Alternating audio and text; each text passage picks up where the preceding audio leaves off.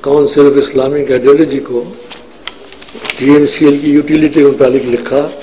لیکن ساتھ میں یہ کہہ دیا کہ اس میں کچھ شرعی اگر کوئی شبہ ہے تو اس کو دیکھا جائے۔ تو کاؤنسل آف اسلامک آئیڈیالوجی نے اس میں کوئی شرعی نقص نہیں پایا، لیکن اس کے باوجود ایک سینٹنس کا نہایت ہی غلط verdict council of Islamic ideology نے دیا، اور صرف ایک سینٹنس لکھا، "It would however not be correct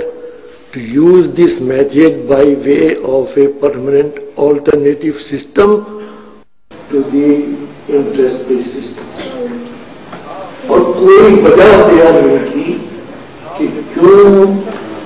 یہ کریکٹ انکریکٹ ہوگا، کیوں نہیں استعمال کیا جا سکتا، اور پھر ساتھ ہی یہ ریکمینڈ کر دیا کہ بینکس جو ہیں وہ اپنے کھاتے داروں کو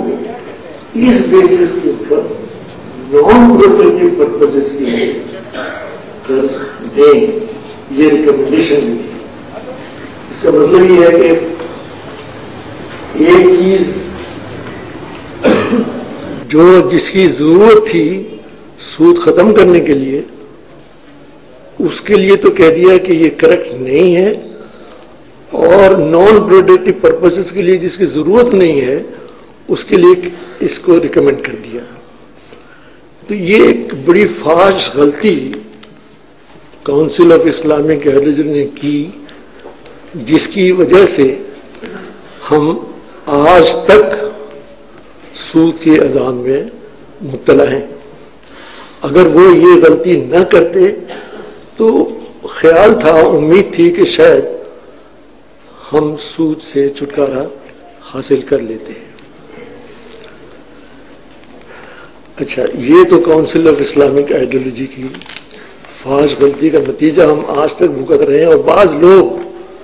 میں سمجھتا ہوں کہ شاید کاؤنسل آف اسلامک آئیڈیالوجی کی جو رپورٹ ہے 15 جون 1980 کی، اس کا غور سے مطالعہ نہیں کرتے، اور پھر بھی یہ کہتے ہیں کہ جی ان کی جو سفارشات ہیں ان پہ عمل کیا جائے تو یہ عین اسلامی طرز عمل ہوگا۔ اس رپورٹ کو اگر آپ دیکھیں تو اس میں بعض ریکمنڈیشنز ایسی ہیں کہ جس سے سود کا جاری رہنا یقینی ہوتا ہے، سود کا خاتمہ یقینی نہیں ہوتا۔ مثال کے طور پہ وہ لکھتے ہیں کہ جی فورن لونز جو ہیں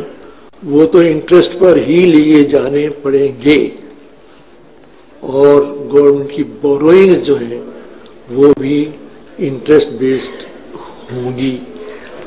تو یہ تو ہوا کاؤنسل آف اسلامک آئیڈیالوجی کا۔ پھر معاملہ آیا جب سپریم کورٹ میں، تو سپریم کورٹ شریعت اپیلیٹ بینچ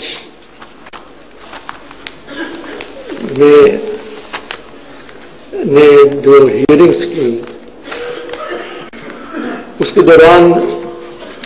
انہوں نے ایک سوال نامہ پیش کیا جس میں کہ 10 سوال تھے، جن میں سے کہ 3 سوال ایسے تھے جو پریکٹیکل نوعیت کے تھے۔ میں ان سوالوں کو پڑھتا ہوں اور ان کے جو جوابات میں نے